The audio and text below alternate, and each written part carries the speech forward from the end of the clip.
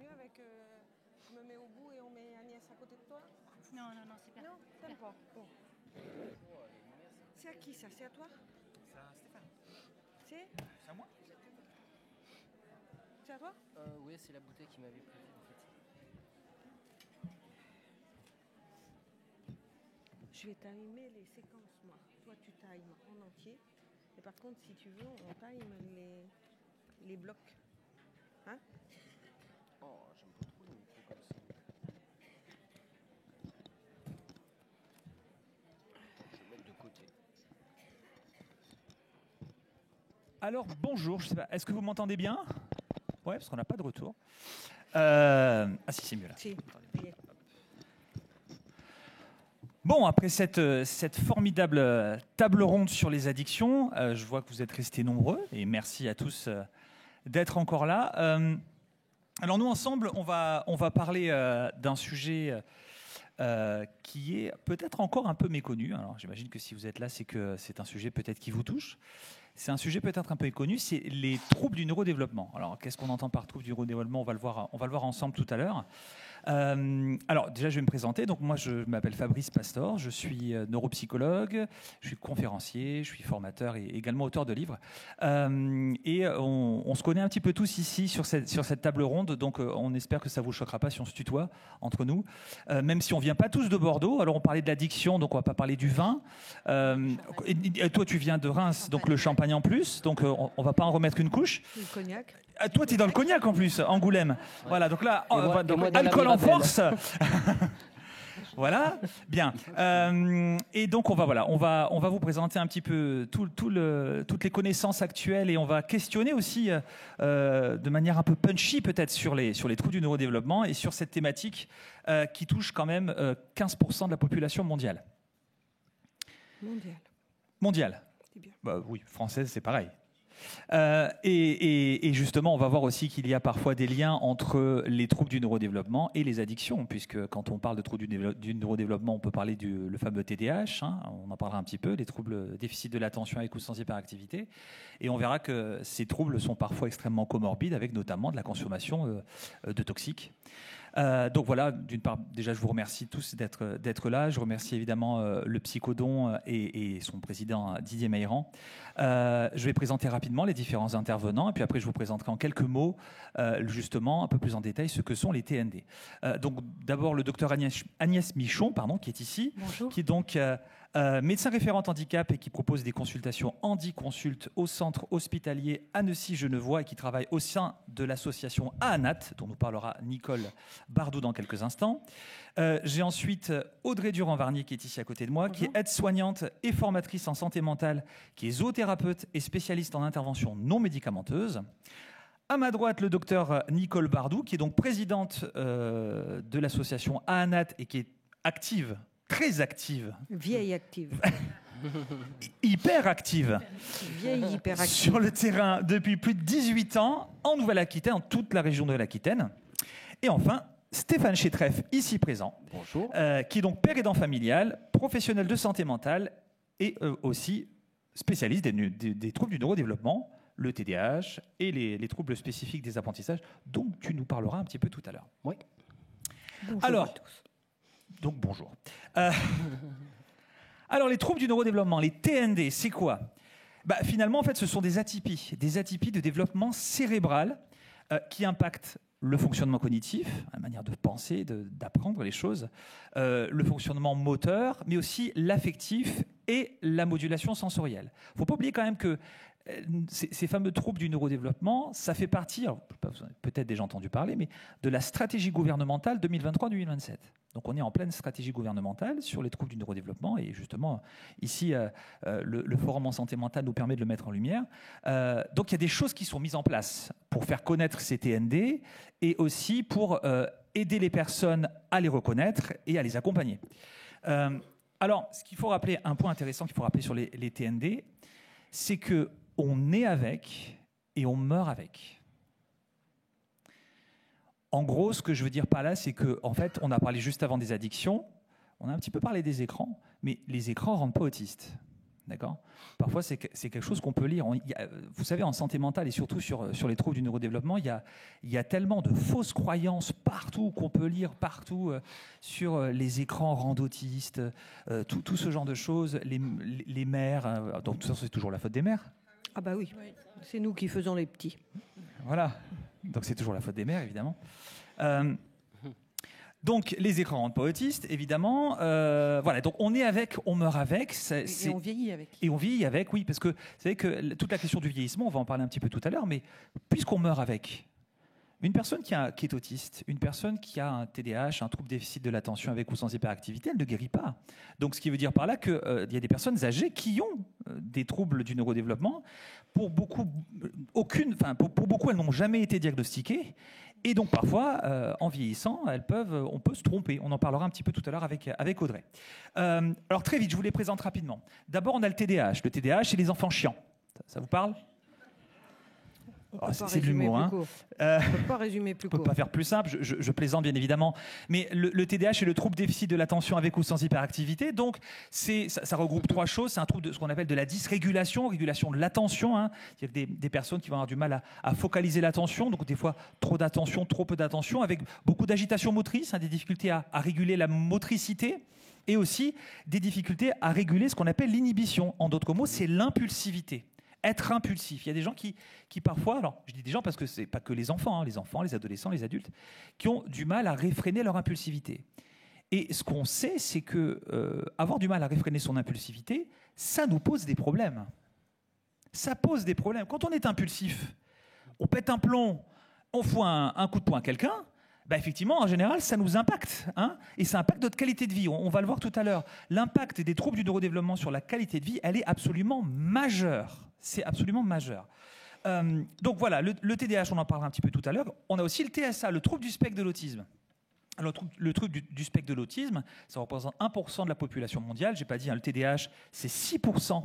6% des enfants. Il y a autant d'enfants TDAH que de personnes diabétiques en France. Donc, c'est pas rare, c'est vraiment pas rare le TDAH. Donc le TSA, on le disait, donc ça représente en gros deux catégories diagnostiques, les troubles de la communication et de la réciprocité, et enfin on a une autre partie avec des comportements répétitifs, des comportements restreints, des intérêts limités et parfois des difficultés sur le plan sensoriel.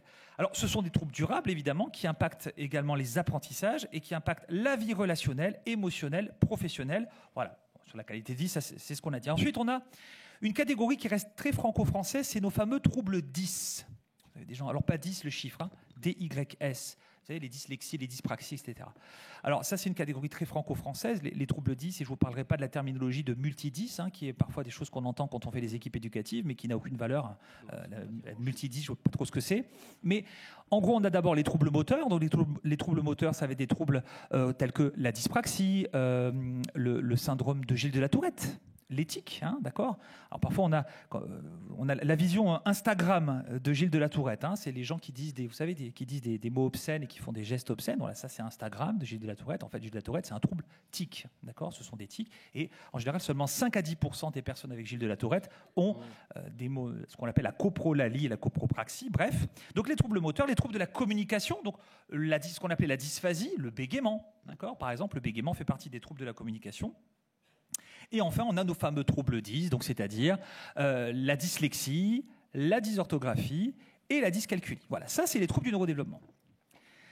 Il y en a un que je ne vais pas évoquer, c'est le HPI. Vous avez déjà entendu parler du HPI? Vous avez la télévision chez vous?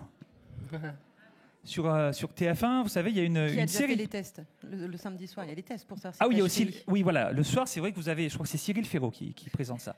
Une émission pour connaître votre QI. Vous pouvez enfin savoir si vous êtes un génie grâce à la télévision française.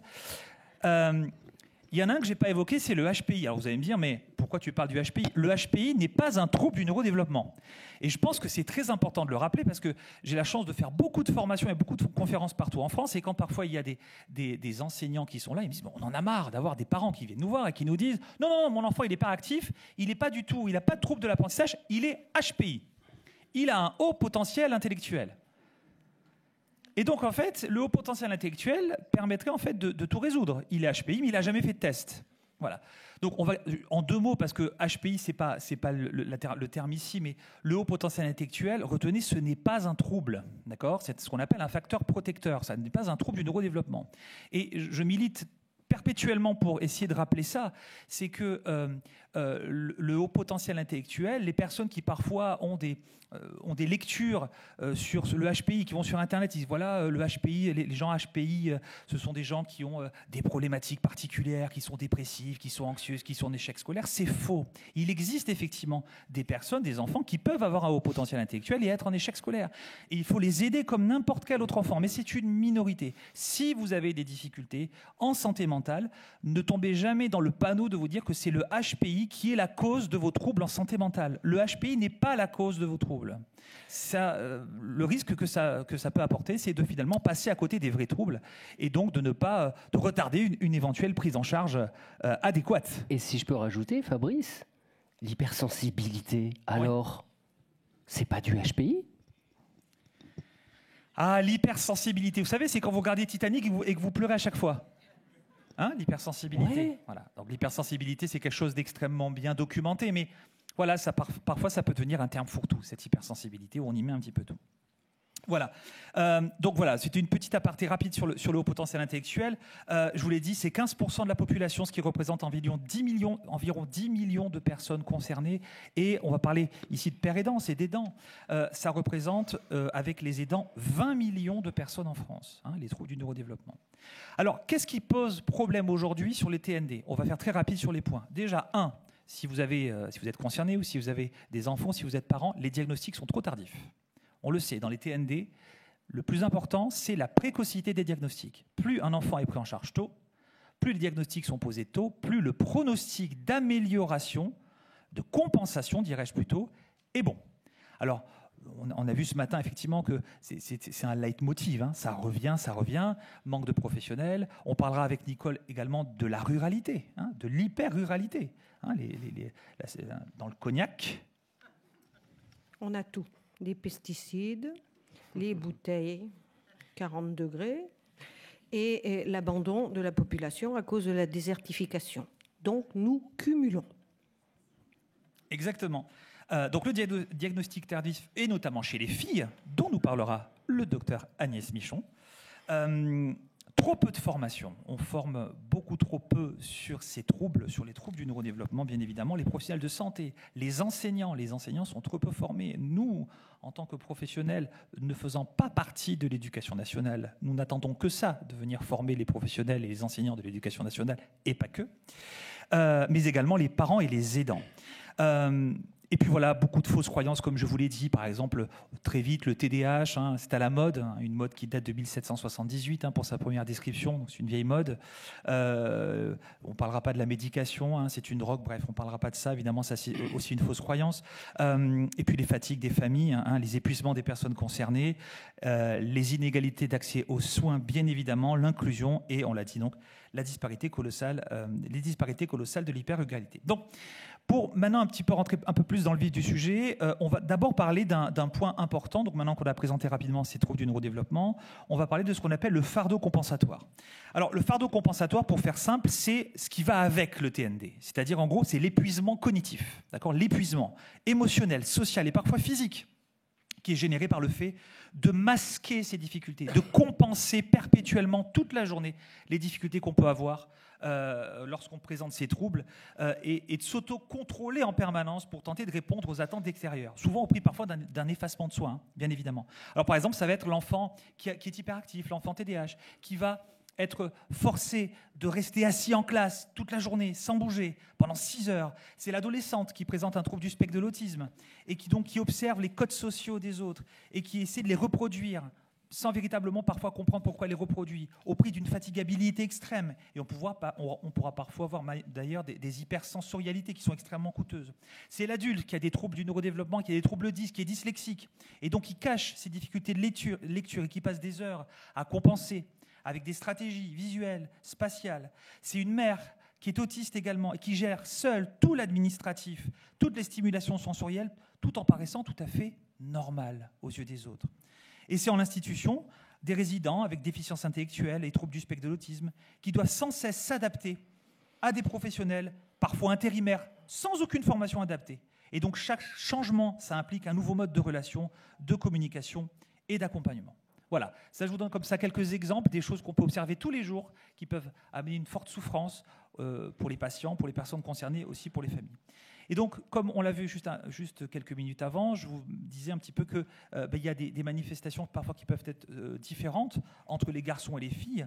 Et donc, justement, Agnès, est-ce que peut-être tu peux nous en dire un peu plus sur les différences de manifestation des symptômes du TSA, de l'autisme, donc entre les garçons et les filles?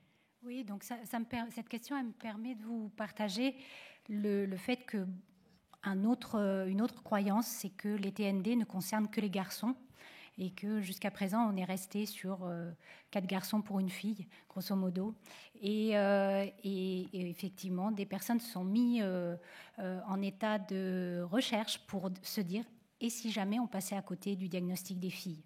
Et effectivement, notamment dans le TSA, il y a une forme au féminin, donc c'est pas uniquement pour faire genrer, il existe aussi des garçons qui ont une expression du TSA au féminin. Et ce sont des personnes qui ont un souci d'être adaptées à l'environnement et de coller aux attentes sociales. Et donc développent des capacités de camouflage avec des stratégies dites de caméléon.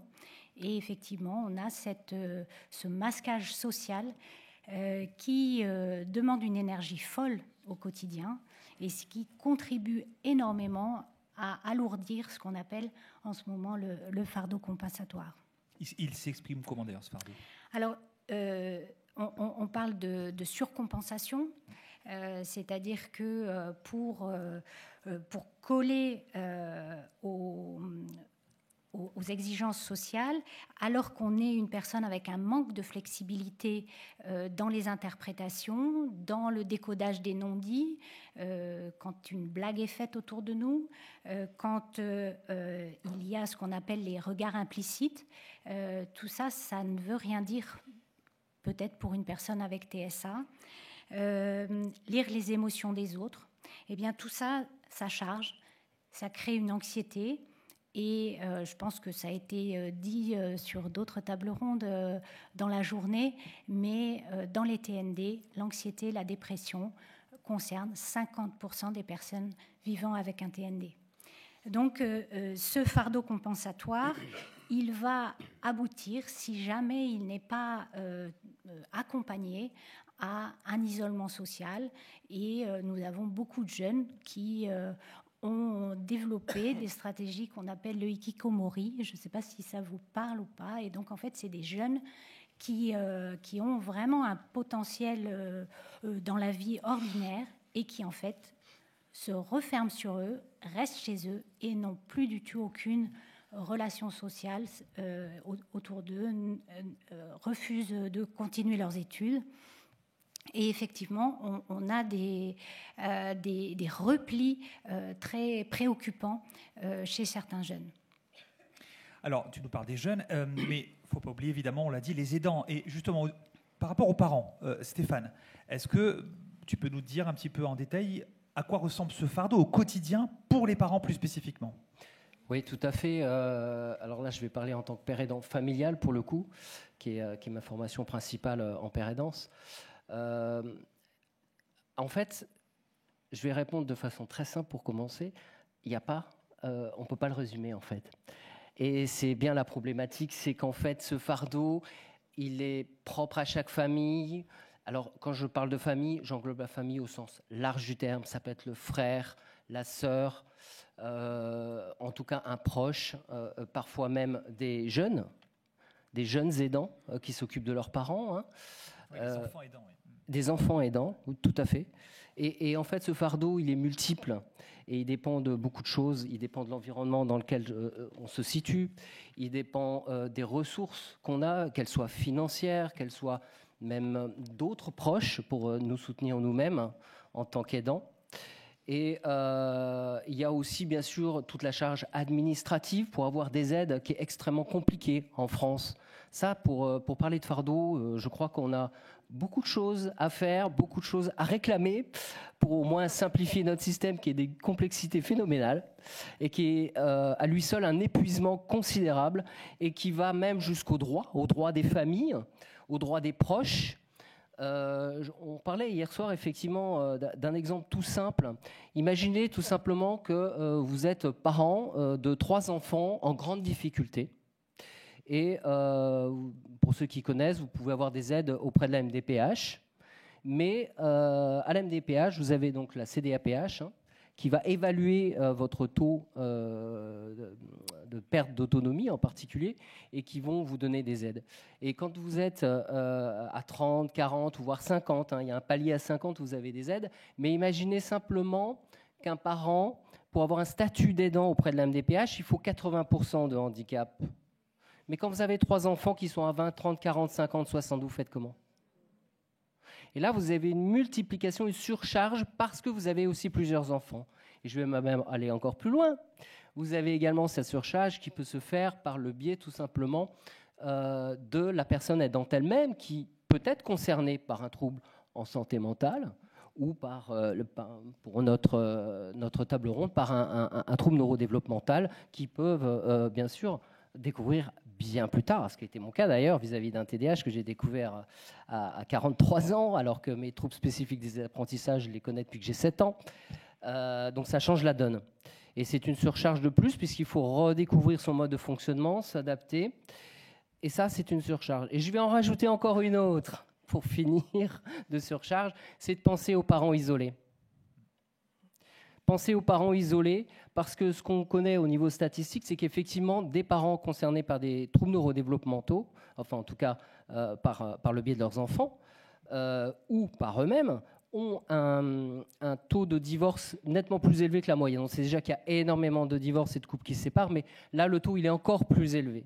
Ça veut dire quoi ? Ça veut dire qu'on a des parents isolés qui peuvent se retrouver en charge ou non, mais qui peuvent en tout cas se retrouver en charge de leurs enfants avec des difficultés qu'ils découvrent et avec leurs propres difficultés en plus, avec toutes les difficultés qu'on a dit avant qui s'accumulent, administratives, isolement aussi. Je n'ose plus sortir avec mon enfant parce qu'il faut que je m'en occupe en permanence. On le retrouve beaucoup dans des autismes de niveau modéré à sévère. On le retrouve beaucoup dans le TDAH pour les enfants qui ont des comportements très perturbateurs, très hyperactif, je ne peux pas le laisser comme ça, j'ose plus aller chez des amis parce que quand on va dîner, c'est le bazar, etc. etc. Donc des cumuls, pour te résumer les choses, Fabrice, il y en a plein qui existent et malheureusement, on ne s'en occupe pas assez. Et c'est tout l'intérêt de la pérénance, en tout cas familiale, c'est d'accompagner au plus près les familles, ce qu'on a encore du mal à faire aujourd'hui. Oui, puis ce que tu dis est juste, et puis on le répète aussi, ce qui est important à retenir, c'est que ces troubles du neurodéveloppement, certes, il existe plusieurs causes, mais il y a quand même une cause importante, c'est la génétique et l'héritabilité. C'est-à-dire qu'il y a des familles de personnes autistes, il y a des familles de personnes porteuses de TDAH. Et donc, pourquoi est-ce que parfois, alors c'est un peu gros, c'est une fausse croyance un peu grosse, mais des fois, quand vous avez un enfant en classe, il est chiant, d'accord ? Il saute partout, il est insupportable, les enseignants en ont marre, et qu'on convoque les parents, et que vous avez le père qui arrive. Et là, le père, il est un peu énervé, d'accord ? Il est un peu impulsif, et donc, qu'est-ce qu'on dit ? On dit, regardez le père, regardez le comportement du père, il est tout à fait normal qu'il montre ce comportement à son fils, d'accord ? Sauf ce qu'on oublie parfois, c'est que comme il y a une véritable cause génétique, l'héritabilité, si ça se trouve, le père, il a lui aussi un TDAH, il est lui aussi hyperactif et impulsif, mais lui n'a pas été diagnostiqué. Et donc, à tous ces troubles-là, effectivement, il y a un impact familial, mais il y a aussi un impact sur le plan somatique. D'ailleurs, Nicole, est-ce que tu peux peut-être nous en dire plus sur le plan somatique ? C'est ton domaine. Oui, c'est notre domaine de l'association, donc 18 ans que nous sommes là-dedans. Et on est vraiment, ça s'est aggravé dans la mesure où on est dans des zones de désertification médicale. Donc j'ai l'habitude de dire que malheureusement nos cas, nos familles sont presque une caricature des dysfonctionnements qu'il y a en France pour ces prises en charge et surtout le diagnostic des TND en général et des TDAH en plus. Donc nous sommes au milieu de 4 endroits beaucoup plus attractifs, 3 CHU et un bord de mer, La Rochelle, hein, bien sûr. Donc personne ne veut venir en Charente, on a des difficultés de diagnostic, des difficultés de prescription et des familles monoparentales. On va revenir sur ce que vous venez de dire tous les deux. Quand vous avez un TDAH qui a pu se compenser avec un militaire très actif qui a été en OPEX et qui était très physique, qui faisait beaucoup de sport et qu'à 40 ans, il est à la retraite, il fait une dépression, il bascule dans l'alcoolisme, tu remarqueras l'enchaînement par rapport à ce qui s'est passé depuis ce matin, il prend des risques et il décède. La mère se retrouve seule avec, sur 3 enfants, 2 enfants TDAH comme le père. Et là, effectivement, la description, bon là, le père vient plus aux réunions à l'école, ça c'est une évidence, mais en attendant, la mère porte tout et la multiplication des handicaps sur 2, déjà le grand aide sa mère parce que sinon c'est invivable avec les 2 petits, et il y a une errance diagnostique, elle est obligée d'aller chercher du méthylphénidate que la France répugne à prescrire dans les départements d'à côté, et je vous jure que c'est un marathon, c'est l'enfer. Que cette mère derrière fasse une dépression, entre nous, c'est le fait qu'elle n'en fasse pas qui serait plutôt étonnant, parce que c'est l'enfer chaque jour. C'est l'enfer pour les enfants qui ne sont pas bien, c'est l'enfer pour les enseignants à l'école qui ne sont pas formés et puis qui ne savent pas comment amortir, on va dire, les difficultés de cet enfant. Et c'est l'enfer pour tout le monde. C'est l'enfer avec les grands-parents, tout le monde s'engueule. Je vous jure que c'est l'enfer, sur Terre, réellement. C'est l'enfer. C'est l'enfer. Alors, Audrey, est-ce que par rapport, on a vu un petit peu les familles, les personnes concernées, les professionnels? Lesquels? Ceux qui sont tous partis ou ceux qui... Ceux qui restent. Ceux qui restent. Les professionnels de terrain qui sont encore là, qui résistent, prouvent que tu existes. Oui. Alors, en effet, pour les professionnels qui sont restés, donc je vais plus particulièrement parler des aides-soignants et des infirmiers, il faut quand même constater que depuis 2020, je vous fais une petite parenthèse avant de parler de ce qui se passe en institution, il y a quand même 180 000 infirmières qui sont parties de moins de 62 ans depuis 2020. 180 000 infirmières. Et là, la population des aides-soignantes vieillissantes, donc en 2030, à peu près, on va manquer de 250 000 aides-soignantes.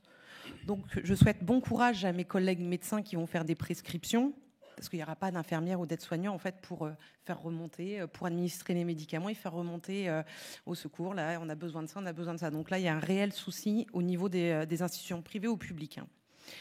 Donc on parlait du fardeau compensatoire en institution. Moi, quand j'ai commencé le métier d'aide-soignante, j'ai commencé en psychogériatrie chez nos vieux Alzheimer. Je dis vieux, c'est pas une insulte, parce qu'on dit salut les jeunes, par contre on peut pas dire salut les vieux dans notre superbe société. Au bout de ma première semaine en unité protégée, vous savez, donc les vieux déambulants un peu fous, j'ai voulu prendre mon diplôme d'aide-soignante, le froisser et le jeter en me disant en fait je peux faire une toilette, administrer des médicaments les yeux fermés, mais comment en fait déjà je m'approche de la personne. Et ça, l'école d'aide-soignante, 0 heure là-dessus. Il a quoi, pourquoi, comment. Déjà chaque individu en hospitalisation traditionnelle doit avoir un soin adapté. Là, avec des personnes 80 ans avec toutes les petites pathologies non diagnostiquées des TDAH et celles maintenant, parce qu'Alzheimer c'est à la mode, donc on en sait un peu plus. Comment on fait? Donc on s'adapte. On s'adapte, sauf que ça demande énormément d'observation, du temps que nous n'avons plus, et donc un épuisement des soignants qui quittent du coup le navire. Petite anecdote que j'avais parlé hier soir, une infirmière en fin de cursus que j'avais formée, que j'avais accompagnée, valide son diplôme. Elle vient nous revoir 6 mois après. Elle avait fait 3 mois en tant qu'infirmière diplômée, et après elle travaillait au McDonald's en disant jamais je suis maltraitante parce que j'ai pas le temps. Je me suis complètement trompée. En fait, elle a voulu tenir pour faire plaisir à ses parents les 3 ans de diplôme et elle s'est arrêtée. Donc en institution, voilà, on manque donc on en a parlé donc de personnel de soins, de médecins, de psychomotes, d'ergothérapeutes, de tout ce qu'on veut, on manque, et aussi de formation. Donc en fait, on arrive avec nos 10 mois ou 3 ans et on arrive face à une population où on ne connaît pas, donc on tente, on essaye, on observe, on s'adapte. Mais c'est pas une carte magique. Hein. C'est pas comme ça. C'est bon. J'ai observé, je me suis posée, je vais trouver des solutions. Donc il y a un travail d'équipe à faire. Moi, je travaille pas sans mon ASH. Vous savez, la femme de ménage. Je travaille pas sans mon infirmier, sans mon médecin, sans mon ergo. Voilà, je passe un coup de fil aux personnes ressources et de connaître aussi son résident. Donc que ça soit en psychogériatrie. À l'hôpital, je pense que vous serez bien content le jour où vous serez hospitalisé, que je rentrerai dans votre chambre et que je vais vous demander, vous voulez boire quoi, votre petit déjeuner, et pas vous imposer le café que vous avez demandé, qui est dans les CHU en plus, qui infecte. Donc voilà, il faut s'adapter constamment, et donc nous n'avons pas de formation proprement dit quand nous rencontrons des patients avec des spécificités. Là, après la psychogériatrie, je suis rentrée dans les maisons d'accueil spécialisées, les MAS, dans le polyhandicap, où alors là, il y a de tout. De la trisomie, du TSA, avec des choses sûrement aussi non diagnostiquées, du TDI. Donc il faut encore plus s'adapter. Et là maintenant, avec cette perte en fait de soignants, aussi on fait pas ça appel quand tu disais aux intérimaires, et il faut connaître son résident, comment attirer. Donc c'est très très compliqué en institution. Alors est-ce qu'avec tout ça, on peut parler encore de troubles légers ? Non. Non. Sous-estimé est beaucoup plus important qu'il paraît. Ouais, et les impacts sur tous ces troubles. Les impacts sociétaux. Le coût sociétal est colossal. Et donc finalement, est-ce que l'institution, elle reconnaît ? Alors, l'institution, non, mais les institutions, encore moins. C'est-à-dire que comme il n'y a pas de coordination entre les institutions, c'est ce que j'appelle chez moi le syndrome de la patate chaude. C'est-à-dire qu'on se refile le bébé les uns les autres, tout pour ne pas s'en occuper. Et il faut que les institutions travaillent ensemble. Et ce pluriel, en France, et on n'est pas très performant pour l'appliquer. Donc il n'y a qu'en vous formant, en informant. Et merci de nous avoir invités parce que vraiment, il faut que ces connaissances évoluent. Et on n'est pas bon dans la transversalité, on reviendra dessus en France. Transversalité, et justement, je pense qu'il est aussi important de parler également, quand on parle des TND, de parler aussi du corps. Le corps, la santé somatique, la nutrition, parce que ce sont finalement des dimensions qui sont en quelque sorte assez peu connues, notamment dans la santé physique. Alors peut-être Agnès, tu peux nous en dire quelques mots. Oui, donc l'espérance de vie d'une personne porteuse de TND, maintenant c'est connu en chiffres, c'est moins 10 ans par rapport à la population générale. Donc ce sont des personnes qui meurent trop tôt. Alors il y a certains passages à l'acte plus importants, mais notamment dans le TDAH, ce sont surtout en lien avec des prises de risques, des accidents domestiques, des accidents de la route qui sont liés vraiment à l'impulsivité. Les conduites addictives, on en a déjà parlé. Mais c'est aussi, en grande majorité, des troubles liés aux limites et aux capacités limitées d'organiser son propre parcours de soins et prendre un rendez-vous. Donc c'est vrai que Doctolib a quand même révolutionner la planète dans la prise de rendez-vous, mais prendre un rendez-vous téléphonique, prendre un rendez-vous médical, s'y rendre, s'en rappeler, bien le noter, pour pouvoir être à l'heure et avec tout ce qu'il faut pour pouvoir y accéder, c'est vraiment pas facile. Donc ça, c'est un point. Un autre, c'est l'aspect sensoriel. Donc, je ne sais pas si vous connaissez les troubles sensoriels. Donc, souvent, on pense à la surdité et aux troubles visuels. Mais il y a aussi un autre point qui est aussi un grand frein à l'accès aux soins, c'est les troubles sensoriels du toucher. Donc, en fait, ce sont des personnes qui ne supportent pas qu'on les touche, qu'on les effleure. Et ça, c'est super sympa pour leur faire la toilette. Voilà, donc, et ça contribue aussi à une mauvaise hygiène globale, tout simplement la douche, mais aussi l'hygiène bucco-dentaire. Donc tout ce qui est prévention va être négligé, et donc c'est des personnes qui vont peut-être bénéficier d'un dépistage, mais souvent beaucoup plus tardif, avec des découvertes plus tardives, avec des stades plus avancés. Alors justement, au niveau des carences alimentaires, au niveau de ce qu'on appelle la dysoralité, et notamment en vitamine B, qu'est-ce que tu as pu, toi, observer dans le cadre de ta pratique ? Ces troubles sensoriels que je viens d'évoquer peuvent se traduire notamment par ce qu'on appelle des troubles de la dysoralité. Donc, ce sont des troubles sensoriels qui sont à l'intérieur de la bouche et qui rendent vraiment la prise alimentaire difficile. Donc, c'est un trouble qui existe chez 25% de la population générale. Donc, ce n'est pas uniquement réservé au champ du handicap. Mais tout simplement, on en a tous connu des personnes qui, avant 10 heures du matin, peuvent rien avaler d'autre qu'un café. Et ça, c'est déjà de la dysoralité. Donc, c'est un trouble qui est ordinaire. Et on peut très bien vivre avec. Généralement, il n'y a pas de trouble de la croissance qui s'y associe. Mais quand c'est plus majeur, eh bien, effectivement, on a une prise alimentaire qui en est perturbée, avec des absorptions des nutriments, de ce qui constitue notre alimentation, qui est vraiment perturbée. Et effectivement, on observe des carences alimentaires. Et ce sont des patients qui ont des troubles neurologiques qui surconsomment parce qu'ils doivent se suradapter, parce qu'ils ont aussi un manque d'automatisation des tâches, parce qu'ils ont une anxiété à compenser. Ils ont une surcompensation de certaines vitamines. Donc, on a parlé ce matin des vitamines du groupe B. L'inflammation de bas grade dont il a été question ce matin est la première source des troubles somatiques chez cette population. Et est-ce que justement cette méconnaissance des troubles somatiques, tu la constates chez les médecins généralistes, chez les troubles liés au TND justement, tu la constates ? Alors effectivement, ce qui fait que c'est difficile de reconnaître ces troubles-là, c'est que souvent ce sont des symptômes qui sont fluctuants.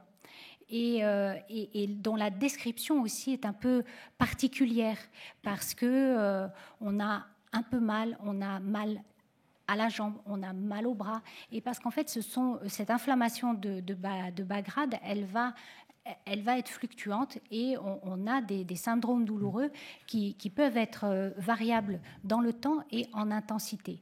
Et quand la personne a mal, se repose, ben ça va mieux. Donc, en fait, elle est capable de faire des choses. Et après avoir fait des choses, elle est très fatiguée et ne peut plus faire. Et donc, on se retrouve avec des personnes qu'on va traiter un petit peu de fainéants parce que quand tu veux, tu peux. Voilà. Et donc, c'est un petit peu la caricature. Donc, il faut aussi, c'est une autre croyance qu'il faut combattre et qu'effectivement, se dire que ce sont des personnes qui, quand elles ne font pas, c'est qu'elles ne peuvent pas faire. Ça, c'est important à rappeler. Ça, effectivement, c'est important de le rappeler. Et d'ailleurs, justement, Nicole, est-ce que toi, finalement, sur le terrain, est-ce que tu as découvert des choses ? Dis-nous en plus. Alors, nous avons découvert beaucoup de choses et nous avons découvert des choses qui s'aggravent. Ça, c'est vraiment quelque chose, c'est très net. Jusqu'au Covid, c'était plus discret. Et puis, la pandémie a vraiment servi de révélateur. Alors, comme je vous l'ai expliqué, nous, on est en manque de praticiens, c'est connu, et en manque de moyens humains. Ce qui, pour une ancienne dans le soin comme moi, est vraiment difficile à accepter, et je le dis vraiment devant tout le monde ici, c'est d'arriver dans une association comme la nôtre, spécialisée dans les TND, à recevoir maintenant de plus en plus d'adultes qui sont en formation continue, qui n'ont pas été diagnostiqués, que nous allons diagnostiquer. Et puis, par hasard, à côté, eh bien, on va se rendre compte que c'est bien une personne TND qui a fait un très grave burn-out à 40 ans et qui a fait une dépression profonde à 40 ans, mais qu'en faisant une IRM, on va trouver une séquelle de trauma avec un hématome calcifié. On va trouver des problèmes d'endocrino parce qu'effectivement, on est dépressif quand on est en hypothyroïdie. On va trouver un début de Parkinson, et je peux vous dire qu'un début de Parkinson, ça rend dépressif.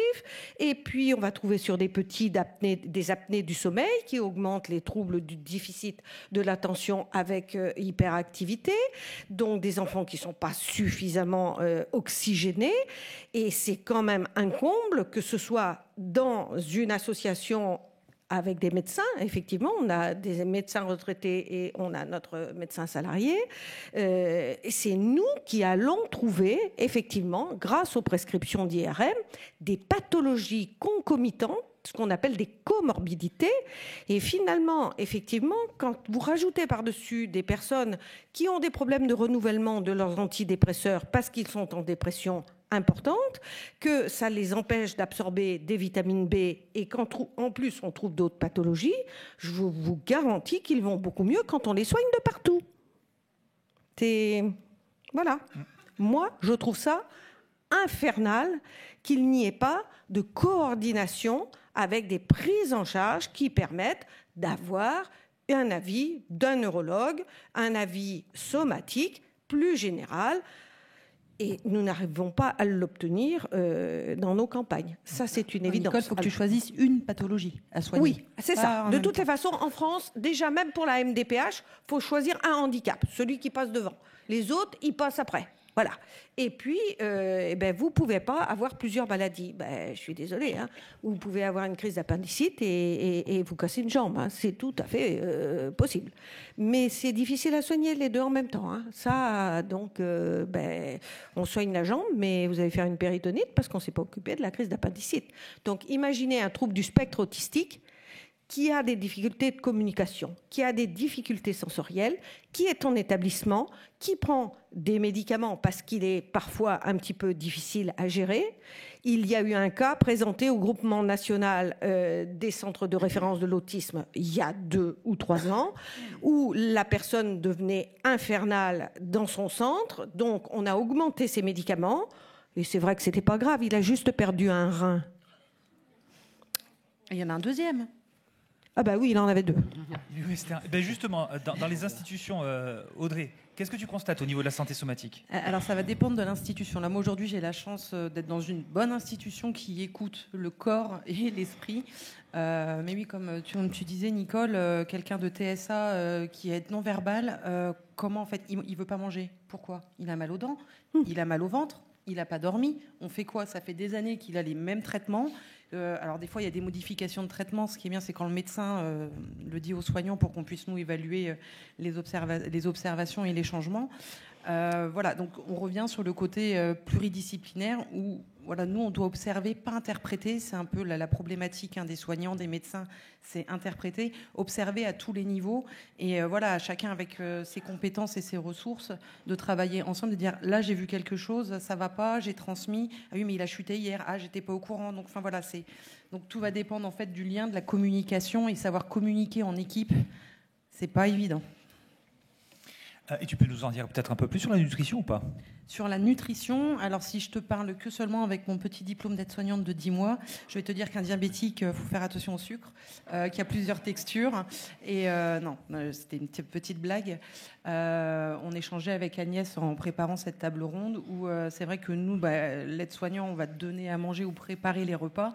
Par contre, au niveau des cuisines, dans les structures, en fait, dans les grosses structures où c'est de la restauration un peu à la chaîne, comment on peut nous améliorer, voilà, parce qu'à part donner les crèmes enrichissantes hyper protéinées, on n'a pas beaucoup de choix.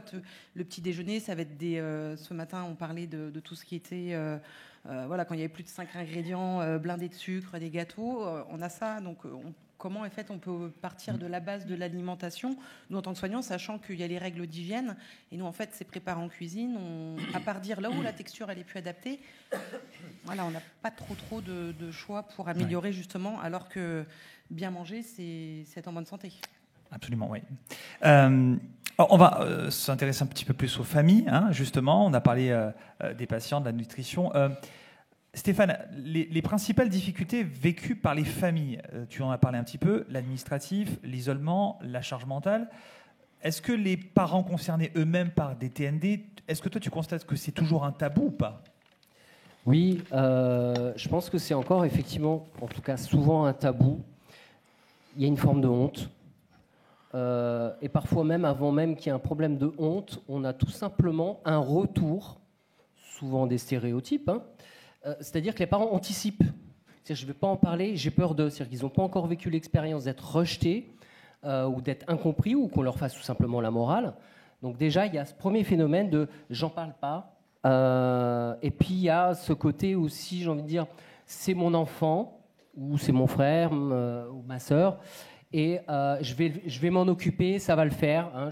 On a encore un peu ce côté super-héros, si je peux dire.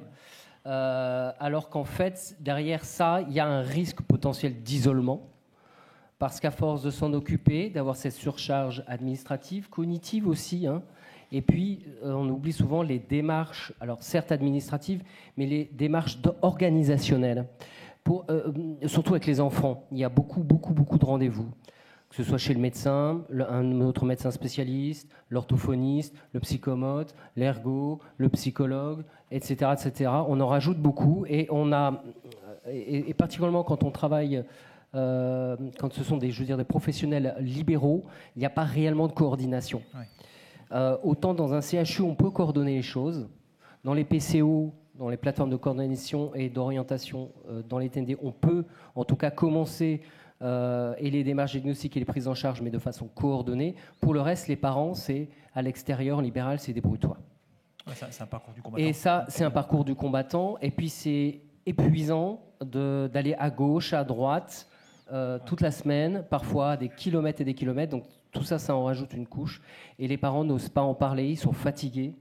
Ouais. Et de dire « je ne sors plus, je ne vois plus d'amis », on n'en parle pas, c'est tabou.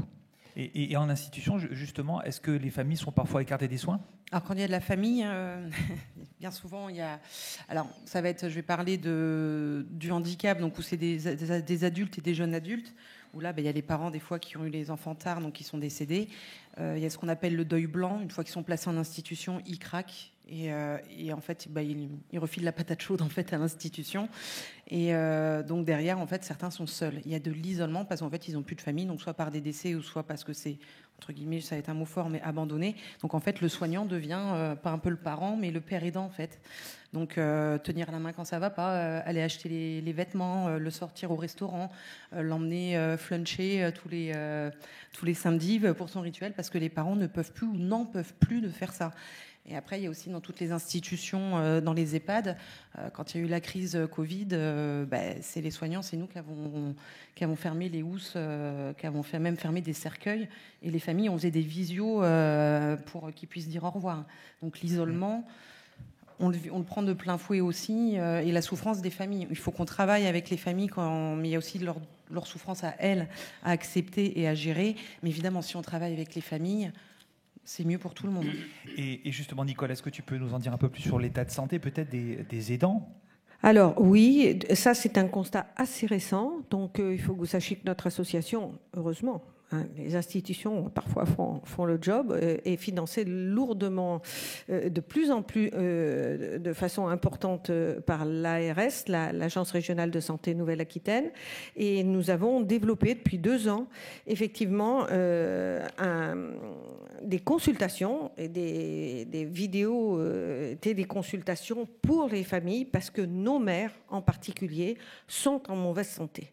C'est-à-dire que nous avons eu des cas, enfin tu rebondiras Agnès, mais nous avons eu des cas de mamans qui étaient anémiées, qui n'arrivaient pas à consulter pour elles-mêmes, qui avaient elles-mêmes des problèmes de santé mais qui sont importants, mais comme elles passent après les enfants, quand en plus vous avez un enfant qui a lui-même des problèmes de nutrition et que les repas sont compliqués et qu'il a des problèmes et de vitamines et d'intestin et de consultation et comme tu le décrivais, plus les séances de rééducation, la mère passe toujours en dernier. Donc on a eu le cas d'une maman, tu peux rebondir dessus, qui est restée en anémie pendant des années.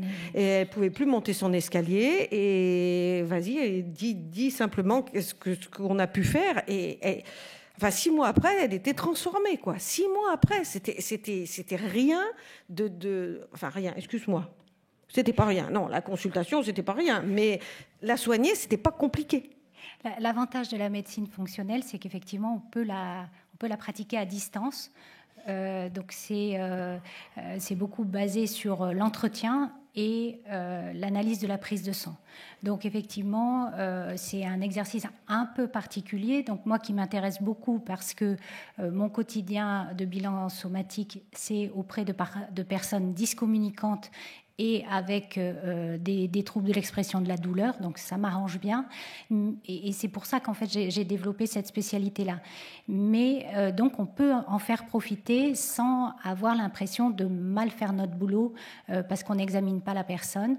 Et effectivement, on a des retours très positifs. Ce qui est plus compliqué, c'est quand ces mamans sont en burn-out, où effectivement, on peut faire des supplémentations, on peut faire vraiment des étayages très importants. Par contre, effectivement, l'accompagnement psychologique qu'il faudrait associer, là, est vraiment manquant. Oui. Alors, les parents, on a vu ensemble les patients. Un petit peu plus particulièrement, alors rapidement maintenant, sur les institutions. Audrey, justement, santé mentale, finalement, ça veut dire quoi quand on travaille avec les TND ? C'est pas l'absence de troubles, la santé mentale. C'est une globalité. C'est comme on rigolait tout à l'heure, entre guillemets, avec Nicole, choisis ta pathologie. C'est prendre soin vraiment de la personne de manière générale. Ça va être l'utilisation de l'humour. L'humour dans le soin. L'humour dans le soin. Alors à bon escient, attention, on ne fait pas de blague, la même blague avec un TSA qu'avec un Raymond DeVos. Ça va être faire rentrer des animaux dans les institutions, avec la médiation animale, faire des lieux de vie, vivre en fait avec la personne, l'accompagner, pas que la soigner. À chaque fois, ce qu'on apprend, on va cibler les pertes. Et si en fait on allait se focaliser sur des ressources et utiliser les ressources de la personne en fait soignée. Donc tout ça, c'est un travail, parce qu'en fait, on ne nous apprend pas ça en France. On nous demande de faire et pas de faire. Donc il y a un gros travail de changement à faire, mais le changement... C'est pas maintenant. Et justement, il manque quoi en institution pour aider ces personnes ? Des soignants qui partent, qui ne sont pas remplacés. Quand je vais dans les instituts de formation, les classes se vident. Moi, quand j'ai passé le diplôme d'aide-soignante, on était 3 classes d'aide-soignants. Il y a 1 an et demi de ça, il y avait 1 classe d'aide-soignants sur Reims. On les remplace comment ? Maintenant, c'est des faisans fonction, des gens qui ne sont pas diplômés. La fameuse crème Bépantène, une petite anecdote, on demande à une collègue, t'as bien mis la Bépantène ? Oui, mais c'est quoi ? Là, on se dit, mince. Des fois, tu trouves la SH une journée qui fait une mission intérim, et le lendemain, elle est dans le soin. Là, ça devient compliqué. Et comment, en fait, attirer ? Parce qu'avec la Covid, on savait très bien que le système de santé il était catastrophique. La Covid a mis le point dessus. Aujourd'hui, on déserte tous. Et là, il faut, je sais pas, il faut impulser la positive attitude, il faut attirer, mais il faut les moyens pour, et il faut former. Donc il faut changer. Et donc, on l'a dit tout à l'heure, hein, les TND, on naît avec, on meurt avec. Alors, c'est-à-dire qu'il y a des vieux TDAH. Oui. Hein, il ne faut pas dire vieux, est-ce qu'il faut le dire, je ne sais pas. Hein. Ils vieillissent comment ? Ces personnes TND, comment vieillissent-elles ? Avec Alzheimer. Est-ce que c'est pas un terme fourre-tout, Alzheimer, parfois, justement ? C'est plus facile à rentrer dans les cases. C'est plus facile à rentrer. Alors, en plus, un Alzheimer débutant et les troubles du TDAH, ça se ressemble. Donc, voilà, on pourrait... Une fois, j'accompagne un résident chez un neurologue pour faire le fameux MMS pour coter. Hein, et en fait, voilà, c'est qui le président de la République ? Donc il y a plein de questions. Vous prenez 100, alors sachant qu'il était blindé de neuroleptiques pour le trajet, vous comptez 100, vous retirez 8 et compagnie. Écrivez-moi ça. Et là, je me dis, mais si la personne, elle savait pas lire et écrire avant le test, ok. Si la personne est dyslexique ou dyscalculie, c'est pas bon tout ça en fait. Le neurologue m'a regardé, il a fait. Ok, bon, c'est pas grave. Bon, il a prescrit. Il y a un manque de connaissances, toujours un manque de connaissances, oui. Un manque de formation. C'est vrai qu'il y a très peu de choses sur le vieillissement. Il n'y a rien sur le vieillissement. Des personnes avec des troubles du neurodéveloppement. Après, les vieux, on s'en fout. Les jeunes aussi. Et les vieux, on s'en fout un petit peu quand même. Hein. Et donc, Agnès, est-ce que toi, de ton côté, il y aurait un modèle de soins ou un modèle d'organisation qui pourrait inspirer ? Pour moi, le salut va venir de la transversalité, oui. De la transdisciplinarité. On a déjà évoqué ces consultations duelles tout à l'heure. C'est vrai que je vais vous partager un petit peu ce qu'on a découvert au Québec. Et effectivement, des personnes de différents métiers et pas forcément que des médecins autour du patient et qui échangent et qui, effectivement, apportent chacun leur pierre à l'édifice, mais sur un plan d'égalité. C'est-à-dire que ce n'est pas les médecins au-dessus d'autres professions.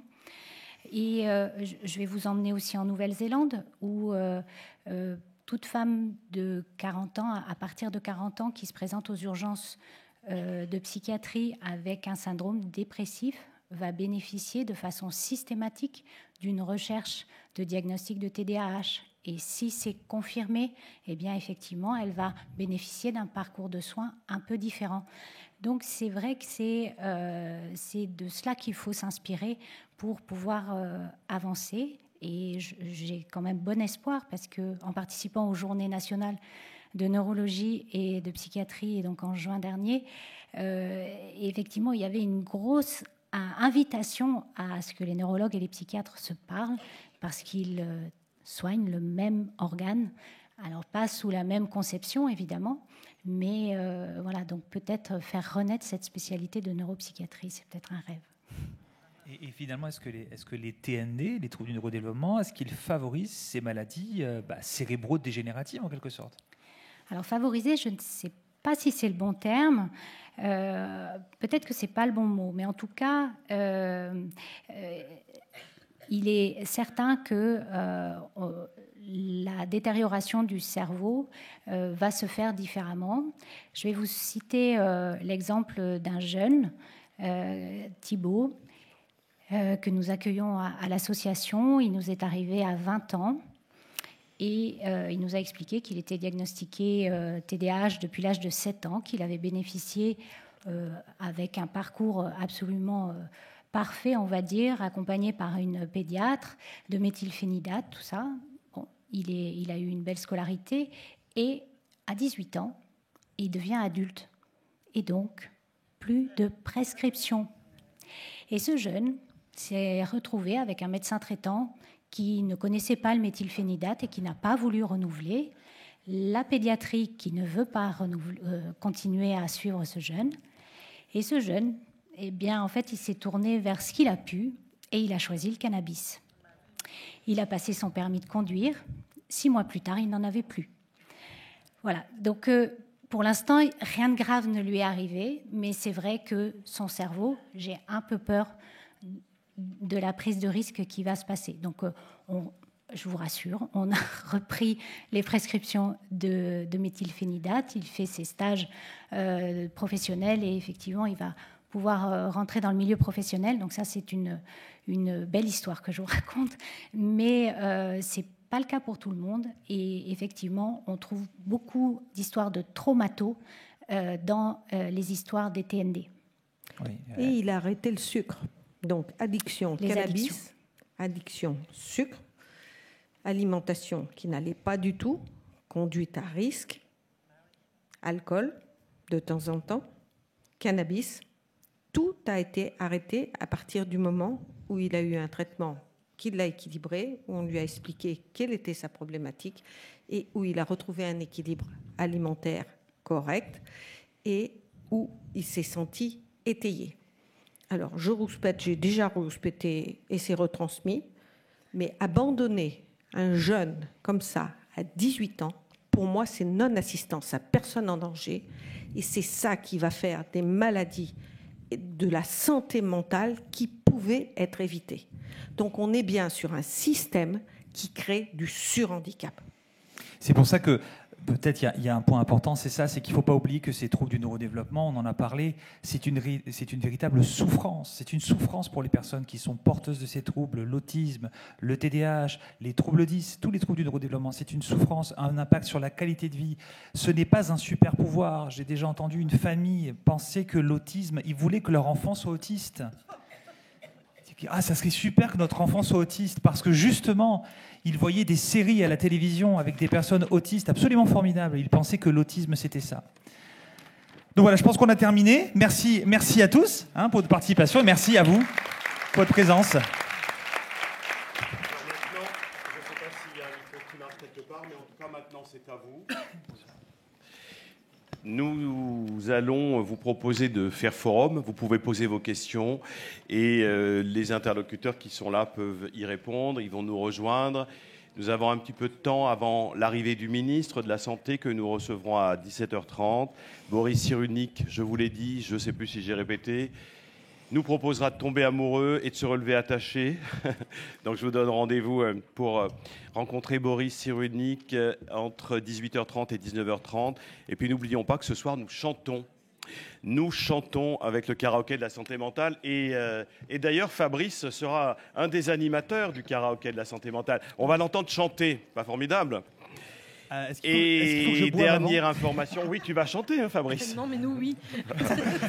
Et dernière information, n'oubliez pas de faire forum www.psychodon.org sur les 10 priorités pour la santé mentale. Quelles sont vos attentes? Quelles sont vos propositions? Nous avons besoin de vous, de vos prises de position pour porter le livre blanc de la santé mentale en janvier 2026 au Parlement, au Président de la République, au présidentiable, aux mécènes, aux élus, aux parlementaires, à la société civile. Bon forum et je vous laisse échanger et je vous retrouve avec le ministre à 17h30 et ce soir sur Europe 1 pour Libre Antenne avec Valérie Darmon, Boris Cyrulnik, Guillaume Font et d'autres pour une émission en direct du Palais du Festival entre 22h30 et minuit à l'écoute des souffrances psychiques la nuit. Valérie Darmon, je vous dis juste à vous qui êtes là, allez. Un petit secret, eh ben en fait, c'est pas en direct parce qu'on est en train d'enregistrer en bas. Merci, merci à vous. Bon forum. Merci Didier. Merci, merci de votre accueil. Donc maintenant, c'est à vous en fait. C'est à vous de poser des questions. Donc là maintenant, on va, comme vous avez un petit peu vu comment on fonctionnait, on va regrouper 2 tables rondes. Hein. La table ronde précédente qui était donc la santé mentale et les addictions. Et donc d'autre table, la santé mentale et les troubles du neurodéveloppement. Oh là, ils sont sous sidération là.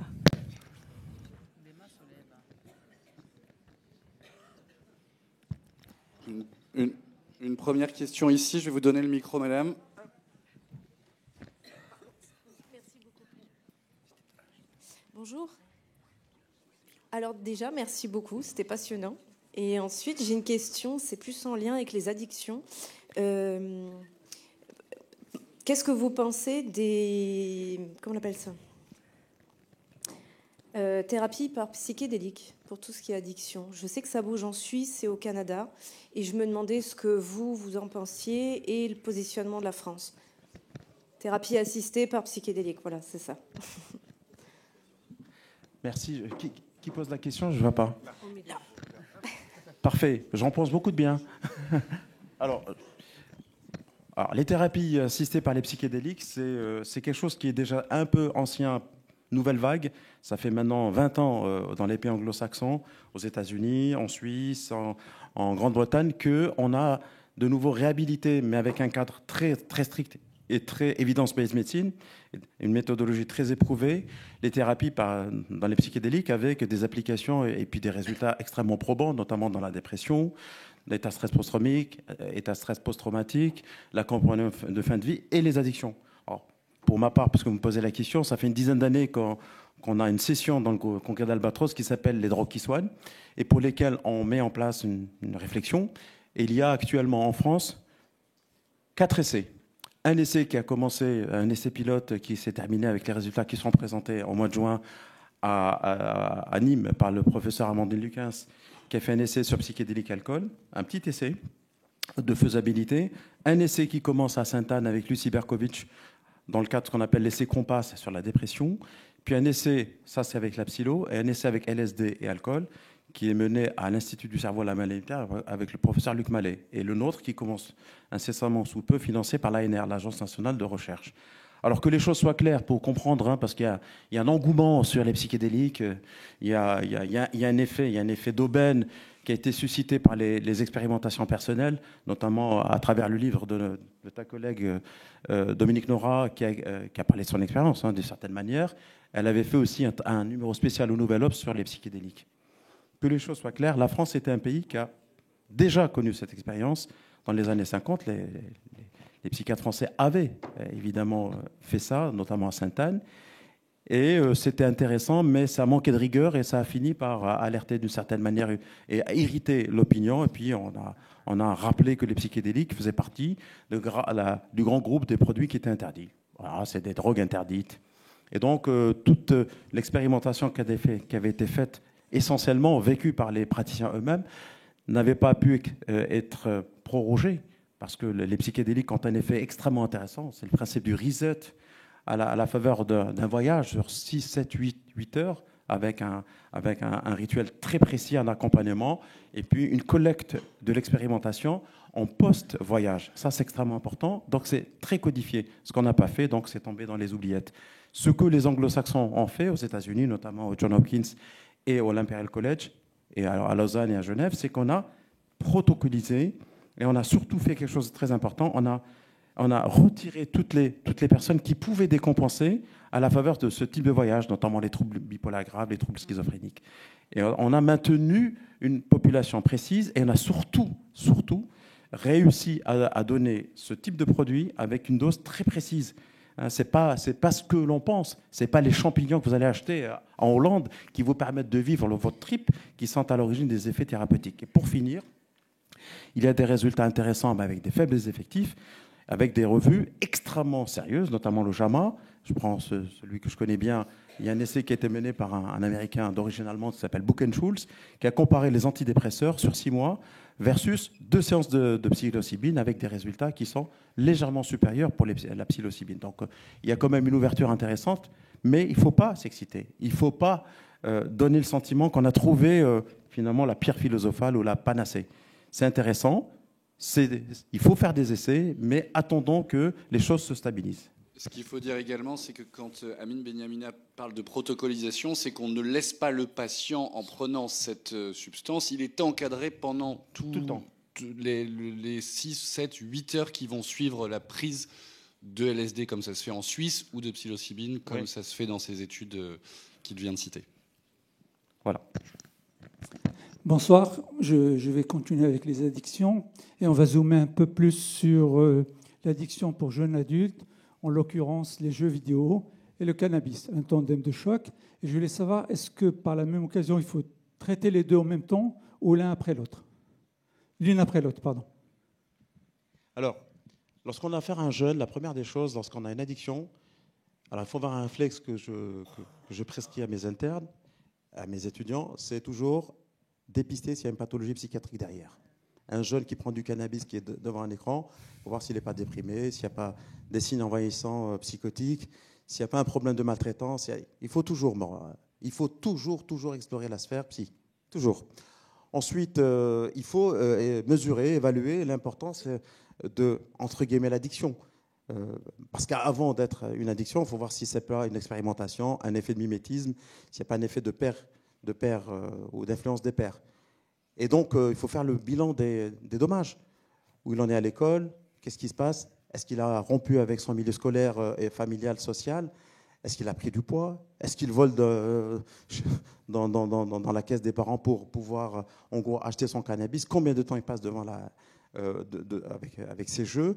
C'est-à-dire, il faut faire le bilan des dégâts. Et ensuite, la règle, c'est une intervention globale. C'est-à-dire gérer à la fois le cannabis, les jeux vidéo, parce que c'est extrêmement important, essayer de comprendre la dynamique qui s'est opérée, et en même temps faire une intervention environnementale.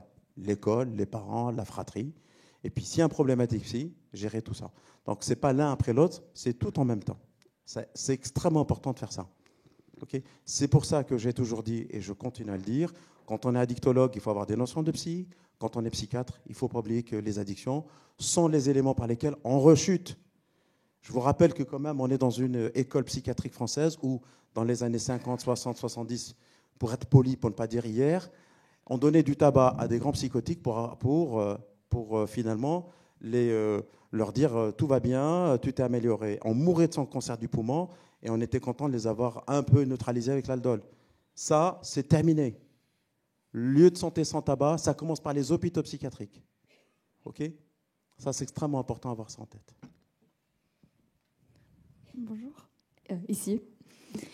J'avais une petite question de société plutôt. En fait, vous avez parlé de l'encadrement de l'alcool, du tabac avec les taxes. Et qu'en est-il des drogues et du fléau du cannabis? Est-ce que la dépénalisation, la légalisation, est-ce que ça aurait un impact en termes de santé publique sur justement les addictions? Est-ce que pour vous, ça vous paraît être une solution ou pas du tout? Merci. Je suis désolé. Hein. Alors, moi, je suis pour le changement du cadre légal. Alors, quand je dis légalisation, on me coupe le micro, mais je le pense très fort. Alors, pourquoi? Ce n'est pas pour pousser les gens à consommer. C'est pas ça le but. C'est pour venir perturber finalement ce qui se passe actuellement. On a quand même baissé la consommation de tabac, d'alcool, cannabis, mais on reste quand même à un niveau élevé de consommation. On part de loin. Lorsque le FDT sort les chiffres, ils vous disent oui, c'est vrai, on a un peu, mais on part de loin. Et puis on a aussi des drogues émergentes. Actuellement, on vit dans un monde sans frontières dans lequel le trafic est entré dans toutes les sphères de la société, dans tous les pays. On a multiplié par 3 la cocaïne, le cannabis s'est installé de manière claire. C'est tellement présent qu'il y a un pan de jeunes qui pensent que c'est un produit qui n'est pas interdit. On en est là. Donc il y a une méconnaissance finalement du statut légal ou non légal de ce produit. Quand on arrive à ce fait, il faut être pragmatique. Il faut accompagner le mouvement pour éviter que le mouvement nous digère. Il est en train de nous digérer. Alors il faut perturber les trafiquants comme l'ont fait d'autres pays, sauf la France, c'est-à-dire les concurrencer pour pouvoir prendre le volant d'un véhicule fou. C'est quoi? C'est-à-dire, puisque les jeunes consomment, on a du mal par la prohibition à maîtriser, il faut que le produit que l'on va, nous, finalement, commercer soit de bonne qualité. Je peux vous heurter, mais ce que les trafiquants proposent, c'est du cannabis fortement dosé en THC, coupé avec des produits extrêmement, extrêmement dangereux. Et puis surtout, on a un déséquilibre des cannabinoïdes. Le CBD dont tout le monde parle, il est très peu présent dans le cannabis qu'on achète au coin de la rue. Il est fortement dosé en THC. Et ce produit, quand on le consomme, quand on est jeune, c'est-à-dire quand on a une consommation précoce, on le sait maintenant, la littérature le montre, l'observation le montre, est très psychoticogène. Quand on ne informe pas. Les grandes campagnes, c'est celle-là. Ne consomme pas jeune, tu peux. Il est conseillé de ne pas consommer avant 23 ans. C'est ça qu'il faut dire. Le cannabis que tu achètes chez le trafiquant est dégueulasse. Si on a du cannabis qui est encadré par l'État, eh ben, ça sera moins dégueulasse. Ça, c'est dans mon rêve le plus fou, mais évidemment, ça sera un peu compliqué. Si tu as un père ou une mère qui est psychotique ou bipolaire, tu as 4, 5, 10 fois plus de chances de décompenser sur une pathologie psychiatrique. C'est ça la vraie campagne qu'il faut faire. C'est pas dire que le cannabis au bout de la rue, tu tues. Ça, c'est pas des campagnes de prévention. La culpabilisation ne marche pas. Elle ne concerne personne. Moi, elle ne m'a pas parlé. Ça n'a parlé à personne. C'est toujours l'autre qui est responsable du malheur de la société. C'est jamais soi. En revanche, si vous montrez très clairement ce qui est mauvais, vous allez vous dire, tiens, j'ai acheté chez le voisin, elle n'est pas bonne, je vais peut-être éviter. Et puis, on ne peut pas arrêter la consommation de la drogue. Elle existe depuis que l'humanité existe. On peut perturber par un delta et réduire les risques. C'est ce qui s'est passé au Canada, c'est ce qui est en train de se passer en Allemagne, c'est ce qui se passe au Portugal, c'est ce qui se passe en Espagne avec les cannabis clubs, c'est ce qui se passe en Suisse. C'est ce qu'on appelle une politique pragmatique des drogues. L'autre, c'est de la communication politique. C'est différent. Vous n'allez pas le croire, je suis entièrement d'accord. Et on a exactement la même analyse sur les TND qui basculent vers la consommation du cannabis.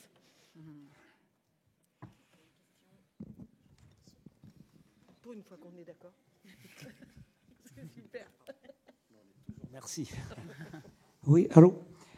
Oui, bonjour. Je commence déjà par vous remercier parce que c'est extraordinaire. Je suis venu ici surtout pour l'addiction, pour les problèmes d'addiction. Et puis je m'aperçois qu'il y a tellement de choses qu'on a besoin de savoir que c'est en vous découvrant qu'on s'en aperçoit. Mais moi, j'étais le conjoint d'une merveilleuse personne pendant plus de 42 ans. Et elle avait une éducation, elle avait une volonté de faire. Seulement, elle avait un vécu de sa jeunesse. Et moi, je croyais que j'allais être Zorro, que j'allais la sortir, que j'allais la guérir. Et elle croyait, elle me disait, oh, tu verras, je m'en sortirai, j'irai dans les hôpitaux, je monterai qu'on peut s'en sortir. Mais la maladie, c'est trop fort, on ne peut pas s'en sortir seul. Il faut se faire aider. Je crois que j'ai vu autant de personnes de l'entourage complètement démolies que de malades. Je suis sorti d'un suicide. Et puis un jour, j'ai décidé de me faire soigner et j'ai rencontré des personnes à l'hôpital de Cannes. Et tout à l'heure, il y avait Madame Tartamelac. Ah, bonjour. Albert, on peut l'applaudir, c'est notre représentant des usagers. Excusez-moi, je n'ai pas reconnu. J'ai eu le privilège de faire des réunions avec elles, parce qu'en plus de soigner, elles font des réunions d'amélioration des soins, des améliorations, de s'adapter à chaque malade, parce que chaque malade est différent, des réunions pour avoir le parcours le plus adapté aux patients. Je me suis aperçu que tout le chemin qu'il y a à parcourir avant qu'un thérapeute arrive en face d'un patient en sachant s'adapter, c'est pas rien du tout. Alors je voudrais d'abord, la seule chose que je voudrais faire sortir, c'est que depuis 54 ans, j'ai compris qu'on ne peut pas sortir seul, il faut se faire aider. Et on peut se faire aider. Seulement, voilà, il y a des personnes, puisqu'il y a Madame Sartam est là, il y a des personnes qui sont là. Et on ne sait pas, on est mal, il faut prendre rendez-vous, c'est long, mais avec qui on va prendre rendez-vous? Est-ce qu'il va m'écouter? Parce qu'une chose qu'on trouve, on trouve beaucoup de thérapies, mais on trouve peu d'oreilles. Et puisqu'on est à Cannes, il existe quelque chose d'extraordinaire à l'hôpital de Cannes. Il n'y a pas besoin de rendez-vous, il n'y a pas besoin de chercher un spécialiste. Tous les matins, toute la semaine, du lundi au vendredi, de 10h à 17h, on vous reçoit au rez-de-chaussée. Il y a une association qui vous accueille. Ce sont des associations spécifiques où vous allez trouver pas des conseils médicaux, mais vous allez parler à des personnes qui ont vécu ce que vous êtes en train de vivre. Et là, à travers ces paroles, c'est même pas à travers les paroles, c'est à travers les émotions que vous allez vous identifier et que vous allez vous apercevoir qu'au bout du tunnel dans lequel vous êtes, il y a une lumière. Vous partez, vous n'allez pas avoir une ordonnance, mais vous allez avoir des contacts, vous allez avoir des téléphones. Parce que parfois, l'angoisse, vous savez, quand le verre il est devant vous, ça peut durer 5 minutes, 10 minutes. Vous êtes là, c'est maintenant que vous avez besoin de secours. Ce n'est pas dans 15 jours, ce n'est pas le lendemain. Et avec un numéro de téléphone, une personne qui vous connaît, elle va vous parler. Et simplement ce contact, vous allez passer à autre chose. Mais comme vous avez dit tout à l'heure, un peu tous, il y a tellement de belles choses à découvrir. Parce qu'on ne se sépare pas d'un produit ou d'une conduite, il faut la remplacer par autre chose. Sinon, ça fait un vide. Et ça, vous me l'avez appris, vous, aujourd'hui. Merci. Merci. Alors, si je peux rajouter quelque chose, vous avez dit des mots extrêmement forts qui me touchent, parce qu'on est, par votre vécu et ce que vous venez de nous partager, dans un besoin qui est tout juste en train d'émerger en France, c'est la paire-aidance et la paire-aidance familiale. Parce qu'on se rend compte de deux choses, c'est que d'un côté, sur la santé mentale, on va s'occuper du patient, et tant mieux, mais ce dont on se rend compte aujourd'hui, c'est que s'occuper des proches, c'est aussi indirectement s'occuper de la personne. Et ça évite aussi à l'aidant d'être isolé. Et comme être héros pour quelqu'un, c'est pas toujours efficace parce que on reprend l'image du masque dans un avion. Hein. Avant de le mettre à l'autre, il faut se le mettre à soi pour pouvoir mieux s'en occuper. Et pour finir, en quelques mots, c'est rétablissement pour le patient, mais aussi pour son entourage, redonner de l'espoir et du pouvoir d'agir. Redonner du pouvoir d'agir aux patients, mais aussi aux proches. Je rêve, et j'y crois, à ce que la France développe ses compétences qui sont largement développées maintenant, bien qu'il y ait encore du boulot à faire, mais au Québec. On peut le faire en France, j'en suis persuadé. Merci beaucoup. Oui, je voulais intervenir. Madame Bardou, tout à l'heure, vous parliez de parents isolés. Je me suis reconnue. C'est ici. Voilà. Je me suis reconnue. Je suis mère. Alors, je ne sais pas si je vais y arriver parce que Cette journée me fait du bien parce qu'elle m'informe un peu plus, mais en même temps, je prends encore un peu plus conscience de ce fardeau pour mes enfants. J'ai un fils de 38 ans qui a été diagnostiqué de schizophrénie paranoïde à l'âge de 21 ans.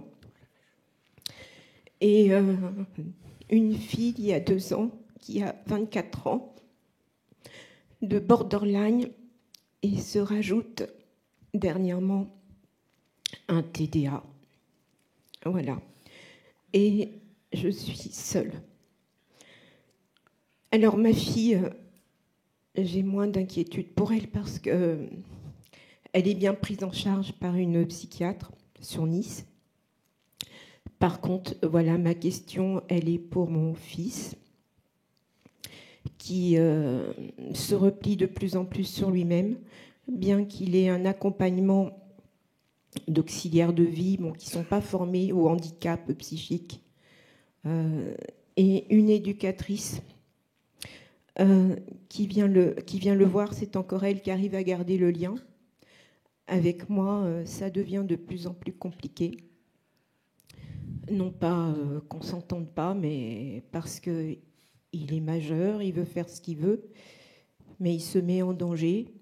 Il a des problèmes de santé, il ne veut pas se soigner, il ne veut pas voir de généraliste. Il voit un psychiatre tous les 3 mois, ce qui n'est pas suffisant, parce que ce psychiatre n'a pas de temps, c'est au CMP. Et il ne sort quasiment plus de chez lui. Alors comment on fait pour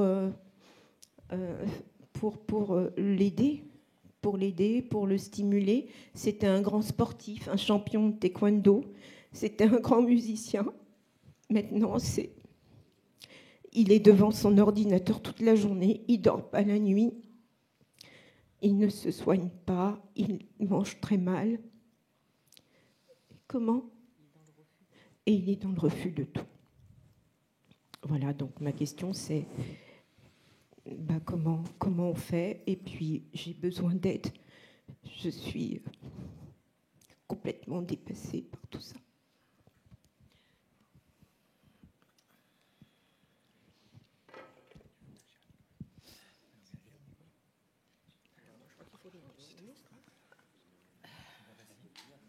Alors moi, si je peux vous répondre, parce qu'on connaît ça malheureusement, nos TND peuvent aussi avoir après des pathologies psychiatriques plus graves, parce qu'on peut avoir plusieurs maladies, mais je pense que ce sont des parents, des familles, comme vous, comme celles qu'on reçoit, qui doivent demander des comptes à Monsieur le ministre de la Santé qui va arriver tout à l'heure.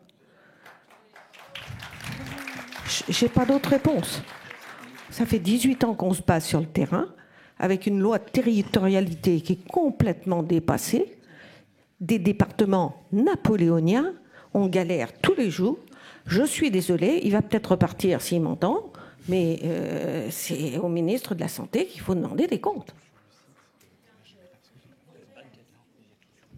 Je suis d'accord.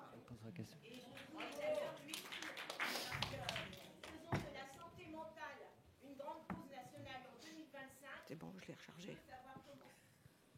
Il n'y a pas de prévention, on ne sait rien.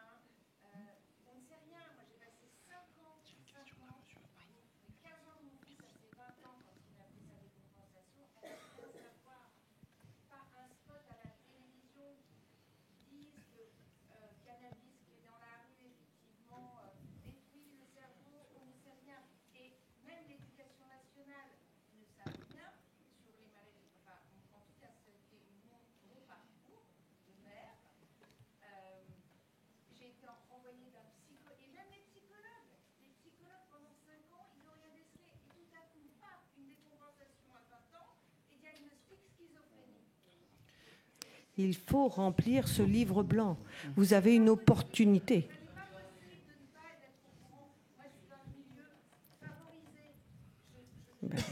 On est bien d'accord. C'est la première recommandation à chaque fois, c'est l'éducation thérapeutique. l'éducation thérapeutique, il faut expliquer aux gens, prendre le temps de leur expliquer de quoi vous souffrez, comment expliquer les familles et former les professionnels de santé, former les professionnels de l'enseignement, de l'éducation, de l'accompagnement. Bien sûr, il faut les former, mais c'est super compliqué. On se heurte tous les jours en fait à ce genre de difficultés de formation. Mais bien évidemment. On est tous d'accord. Évidemment. Tous d'accord. Évidemment. Bien sûr. C'est avant tout une question de volonté politique. Et on m'aurait dit que je ferais de la politique aujourd'hui, à Cannes, après avoir monté le tapis rouge à presque 70 ans, je vous jure que jamais je l'aurais cru. Mais c'est politique. Et il n'y a que les familles qui y arriveront, parce que partout où ça a bougé, comme au Québec, ce sont des fondations de familles. Donc, famille, levez-vous.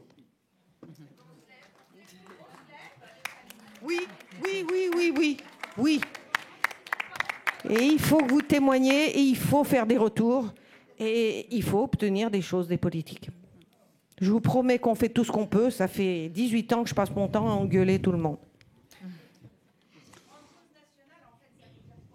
Ça fait joli. Alors ça veut, je me permets, je ne sais pas si on m'entend, je pense de rajouter que c'est pas que pour faire joli. Je pense que ça sert aussi à dire pendant des années, être drogué, être alcoolique, être addict à la pornographie, parce que c'est aussi une addiction, être addict au casino, aux jeux d'argent, aux jeux de grattage, au PMU, au tiercé. Mais c'est des maladies honteuses de la société. Donc pendant toutes ces années, tous ces gens-là, la France est ainsi faite, peut-être que le monde est ainsi fait, tous ces gens-là, on les cache. Donc là, cette année, la mise en lumière, c'est aussi pouvoir vous entendre, nous entendre nous, parce que c'est notre cœur de métier, mais vous qui le subissez aussi, avec tous les dommages collatéraux, pouvoir dire, ben voilà, moi, mon fils, il s'appelle un tel, c'est d'abord mon fils, avant d'être schizophrène, avant d'être tout ça, c'est d'abord mon enfant, et puis c'est un être humain à part entière qui est tout. Voilà. Et moi, mon métier de mère, dans ce que j'essaye de faire pour lui, j'essayais de le faire comme je pouvais, en tout cas du mieux que je pouvais moi. Et à un moment donné, ça a dérapé. Et on m'a aussi pas dit que le cannabis, qui est fortement banalisé, qu'on trouve à tous les coins de rue, parce que fumer un pétard lors d'une soirée, c'est juste banal, que sur un terrain, une plasticité cérébrale, à l'âge de 15 ans, où le cerveau est pas terminé de pousser, ce truc-là, c'était une allumette sur de la dynamite pour certaines personnes. Et boum, voilà ce qui est arrivé. Donc après, on fait une bouffée délirante aiguë, on en fait une, on en fait deux, jusqu'à être diagnostiqué. Enfin, les médecins le diraient mieux que moi. Voilà. Mais effectivement, ça n'arrive pas qu'aux autres. Voilà. Et c'est cette voix-là qui doit être entendue, effectivement, pour que les politiques publiques s'orientent, comprennent les enjeux aujourd'hui, le virage que l'on se doit, et puis le monde, comment dire, la santé mentale, j'ai envie de dire, c'est aussi le reflet de la société. Et on est tous d'accord là pour dire que ça va pas très bien, que les gens vont pas très bien. Et c'est ça aussi qui se passe. J'ai envie de rajouter, pour convaincre nos politiques, je vais être un peu terre à terre. Un élu, un politicien, ce qu'il voit, lui, c'est son mandat. Les mandats, c'est, admettons, 5 ans. Donc ce qu'il va voir, c'est un investissement à court terme. Sauf que si on lui montre des économies sur 10 ans, ça ne l'intéressera pas.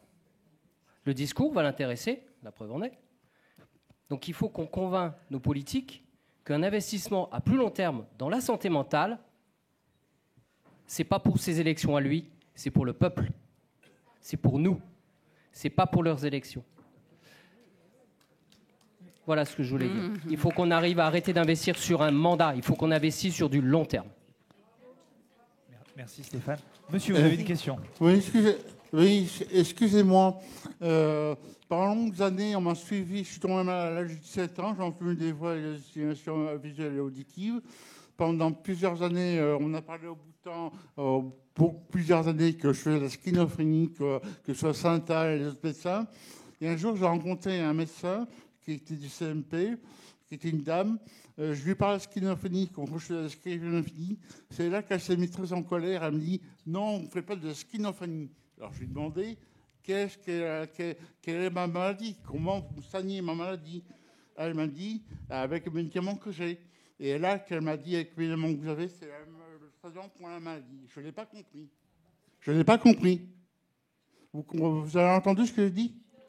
Attendez, laisse Dominique.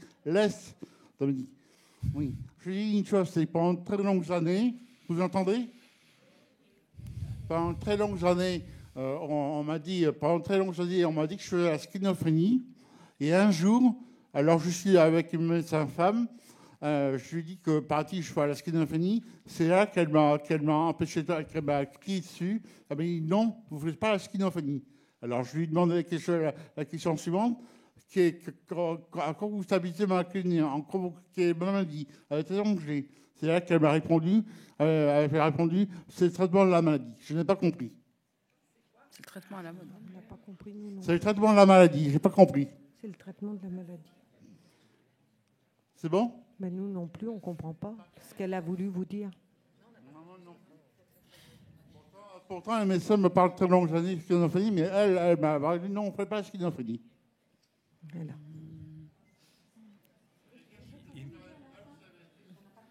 Il y a une question devant, s'il vous plaît. Ah, vous avez une question, madame? Non? Bonjour. Bonjour. J'avais une petite question. Vous avez dit que dans les... Vous êtes à quel endroit? Là, ok, merci. Pardon. Merci pour les interventions. Vous avez dit tout à l'heure que dans les TND, il y avait 50% des personnes touchées par un TND qui avaient des problèmes d'anxiété, de dépression. Je voulais savoir si, du coup, il y avait des signes qui étaient spécifiques dans ces troubles anxieux ou dépressifs, spécifiques au TND, éventuellement spécifiques à chaque TND, et éventuellement aussi spécifiques hommes-femmes, et si du coup il y avait aussi des façons de traiter et de prendre en charge qui étaient spécifiques. Il y a 50 spécifiques dans ma phrase, mais... Alors effectivement, les expressions vont varier en fonction des pathologies et des personnes. Et effectivement, des fois, il va falloir trouver le décodeur. C'est-à-dire que pour certaines personnes, l'anxiété va se manifester, notamment dans les TSA, par des troubles du comportement alimentaire. Pour d'autres, ça va être des automutilations. Notamment mâchouiller sa main. Ça va être des comportements répétitifs. Ça va être du repli sur soi, donc ça, ce qui est plus classique. Ça peut être... peut-être un petit peu d'aide. En fait, il peut y avoir plein de choses. C'est-à-dire que dans le cas des troubles du comportement, des troubles du neurodéveloppement, souvent on le dit, la comorbidité est souvent la règle, surtout dans le TDAH. C'est que quand, par exemple, un enfant a un diagnostic de TDAH, il faudrait systématiquement rechercher les comorbidités. Est-ce qu'il n'y a pas d'autres troubles par ailleurs? Un des plus fréquents dans le TDAH, par exemple, c'est le trouble oppositionnel avec provocation. Les fameux troubles du comportement, les enfants qui sont en colère, vindicatifs, etc. C'est 45 à 65% des enfants qui ont un TDAH. Donc ces comorbidités, il faut véritablement les chercher partout parce que elles ont un impact et c'est souvent elles qui ont plus d'impact parfois que le trouble. Et ce qu'on sait aussi, c'est que ces comorbidités, il est pas simple en fait de diagnostiquer des troubles du neurodéveloppement, parce que si vous prenez par exemple la fameuse triade, on va dire, je fais court sur le TDAH et le problème d'attention, d'agitation, d'hyperactivité et d'impulsivité. Cette triade, on peut la retrouver dans un nombre énorme, dans pratiquement tous les troubles en santé mentale, dans l'anxiété, dans la dépression, dans l'autisme. Les personnes autistes peuvent être tout à fait inattentives, agitées et impulsives. On peut le trouver dans la déficience intellectuelle, dans la bipolarité. Donc c'est compliqué, c'est très compliqué de diagnostiquer les TND. Il faut faire un diagnostic précoce. Il faut diagnostiquer ça le plus rapidement possible parce que une fois que les mots sont mis dessus, quand les diagnostics sont posés, souvent c'est thérapeutique d'emblée parce qu'on comprend ce qu'il y a et on peut mettre en place des interventions précoces. Plus tôt c'est pris en charge et meilleur est le pronostic, meilleure sera la compensation. Alors, on va chez qui pour faire ces diagnostics? En général, on va chez un peu tout le monde. C'est-à-dire qu'il faut faire rencontrer des professionnels de santé, évidemment des médecins. Donc, ça peut être, selon les troubles, je vous fais un panel général, hein, mais ça va être des psychologues, des neuropsychologues, ça va être des orthophonistes, des psychomotriciens, des ergothérapeutes. Ça peut être aussi, pour l'aspect de l'aide, ça peut être des éducateurs spécialisés et, bien évidemment, ensuite des neuropédiatres, par exemple, qui peuvent être là pour poser les diagnostics, aussi des pédopsychiatres. Donc, les TND, c'est clairement un parcours du combattant. Et je l'ai dit, 12 à 15% de la population mondiale. Hein, c'est pas rare, les TND. Hein. Et dans le cadre de l'addiction aussi, hein, on dit souvent que les addictologues sont des experts du TDAH. Hein, parce qu'il y a beaucoup de... C'est ça. J'ajouterais que le trouble du comportement a été interprété pendant très longtemps comme une manifestation de l'anxiété. Sauf que ça a amené aussi un peu à des dérives, c'est-à-dire qu'on a traité des rages de dents par des neuroleptiques, tout simplement parce que le trouble du comportement était une manifestation liée à une douleur aiguë ou chronique. Donc, ce qui a permis l'émergence des consultations dédiées de type HandiConsult, dans laquelle je travaille. Et voilà, mais à un moment donné aussi, il faut ajuster le curseur et savoir interpréter. Et on est encore sur l'observation et être à l'écoute de la personne.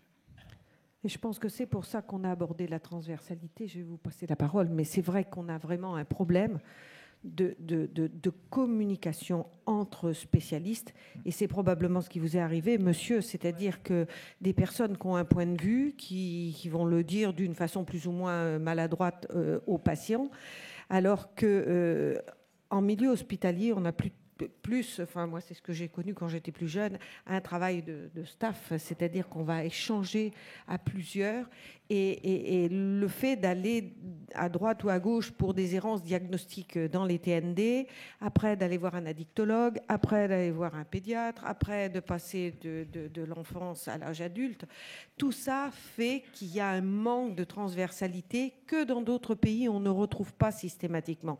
Donc il faudrait vraiment, je vais y revenir, hein, mais je suis très obstinée, vous aurez compris, de la transversalité, mais aussi des volontés politiques de transversalité et d'échange. Et malheureusement, je ne crois pas que nos syndicats ou nos ordres se soient beaucoup préoccupés d'un travail plus collégial qui correspond plus aussi à une mentalité anglo-saxonne. Moi, je suis persuadée que les Français sont restés féodaux et que chacun est dans son château fort et qu'on s'en sortira pas. Ça fait 20 ans qu'on parle de transversalité. C'est vraiment une abomination. La dame veut parler, il faut...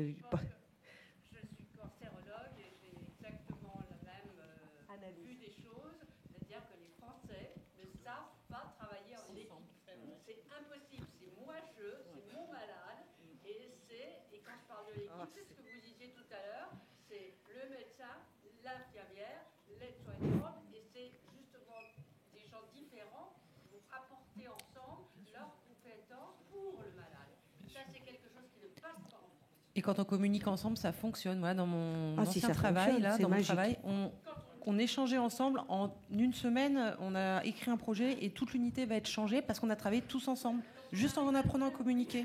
Bon, alors on est bien d'accord qu'il s'agit de collaboration. Oui. Et c'est vrai qu'au niveau des instances de santé, pour avoir quand même quelques infos de la part de l'ARS, il y a un travail qui se fait. Il y a le projet Occitadis qui a été mis en place dans la région PACA, dont vous avez dû entendre parler, qui a été impulsé quand même par le ministère de la Santé. Oui, ça va. Alors on ne peut pas tout leur reprocher non plus, qui a été suivi pendant 3 années, dont on a eu un compte-rendu avec la Société française du TDAH en juin dernier, qui a été clairement exprimé comme quelque chose qui allait se mettre en place. Et ce dont on peut vous dire, c'est qu'en Savoie, ça va venir, c'est en train de se développer, mais entre les CMP d'une part, les maisons de santé d'autre part, les CPTS d'autre part, quoi d'autre encore, la PCO d'autre part, voilà. Tous ces gens-là, ils doivent être mis ensemble, ils n'ont jamais travaillé ensemble.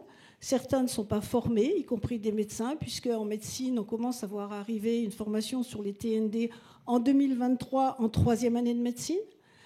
Donc voilà, on a je ne sais pas combien d'années de retard, 30 ans, 40 ans, par rapport aux États-Unis, au Canada.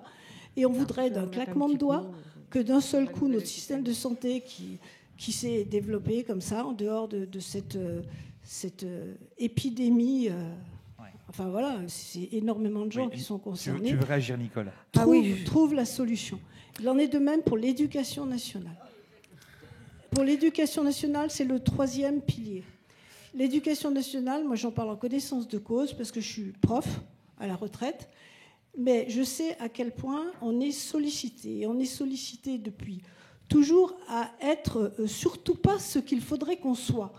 On a été dans de la transmission de connaissances, on a été dans le respect d'une autorité qui pouvait confiner à l'autoritarisme, et c'était la preuve qu'on était de bons profs. D'un seul coup, il faut amorcer un virage. Donc, et là aussi, au niveau de l'éducation nationale, pour avoir rencontré, le hasard des choses, au fait que j'ai rencontré 3 inspecteurs généraux du ministère, eh bien, on n'a rien sorti de révolutionnaire. Mais ce que je leur ai entendu dire, c'est que le bateau éducation nationale, tout le monde était conscient que c'était un bateau qui avait du mal à prendre un virage et qu'il venait prendre sur les territoires, dans les départements, un peu à tâche de ce qui pouvait se faire. Alors, moi, j'entends bien la souffrance des familles. Je l'ai vécu en tant que maman. Enfin, je sais très bien de quoi vous voulez parler, à quel point il y a un sentiment d'urgence, mais en même temps, de s'envoyer des patates ou des tomates ou des œufs pourris, ça ne fait pas avancer les choses. Et ça crispe tout le monde, ça fait du mal, ça fait monter en puissance le stress, la pression, le désespoir. Ça rejaillit sur les enfants que vous accompagnez, sur les personnes. Alors bon, c'est facile de dire ça bien assis dans un fauteuil, mais honnêtement, essayons de nous apaiser pour arriver à parler ensemble. C'est ce qu'on a essayé de faire avec Neurodiversité Savoir, mettre tout le monde dans une salle avec des conférences régulières, nombreuses sur une année, de façon à ce qu'il y ait de l'information qui passe. Voilà, oui, alors écoutez, vraiment, je comprends très bien votre discours, mais je vais prendre un exemple concret. Le travail de l'Occitanie est remarquable. C'est la meilleure région de France qui a essayé de rattraper effectivement une partie du retard. Ils sont très très bons aussi en microchirurgie au niveau du cerveau. Mais eux-mêmes se plaignent, et on les a entendus aux journées nationales de psychiatrie et de neurologie, qu'il n'y ait pas de communication entre certains types de médecins, en particulier psychiatrie et neurologie. Et nous n'arrivons pas en Nouvelle-Aquitaine à obtenir le quart du 10e de ce qui a été fait en Occitanie. Et vous nous dites, il faut qu'on se réunisse tranquillement dans une salle et qu'on discute. Moi, je suis désolée, il y a 12 départements en Nouvelle-Aquitaine. Et j'ai honte de ce qui se passe dans ces 12 départements pour mes familles.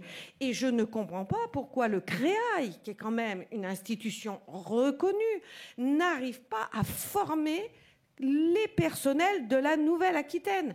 Donc, je reviens à ce que j'ai dit, parce que je suis particulièrement têtue, ce sont des problèmes politiques. Voilà. Et je le redis. Mais là, ça peut être des politiques régionales. La région Occitanie a bien travaillé. Si la Savoie veut rattraper, tant mieux. Mais il n'empêche qu'en Nouvelle-Aquitaine, on a un vrai problème. Et je le dis officiellement à Cannes, ce qui n'a strictement rien à voir par rapport à la région. Mais je le dis quand même parce que c'est connu. Les indicateurs de l'éducation nationale sur le handicap de la Charente sont connus pour être ceux qui arrivent juste avant Mayotte. Eh bien, moi, je ne peux pas cautionner ça. Je suis désolée, d'un point de vue médical. Et d'ailleurs, on me dit dans l'oreillette qu'il est 17h20 et que Monsieur le Ministre est sur les ondes. Et donc, je vous remercie. Merci à tous pour votre participation. Et puis, voilà, force encore pour la santé mentale et force pour les troubles du neurodéveloppement. Merci de votre attention.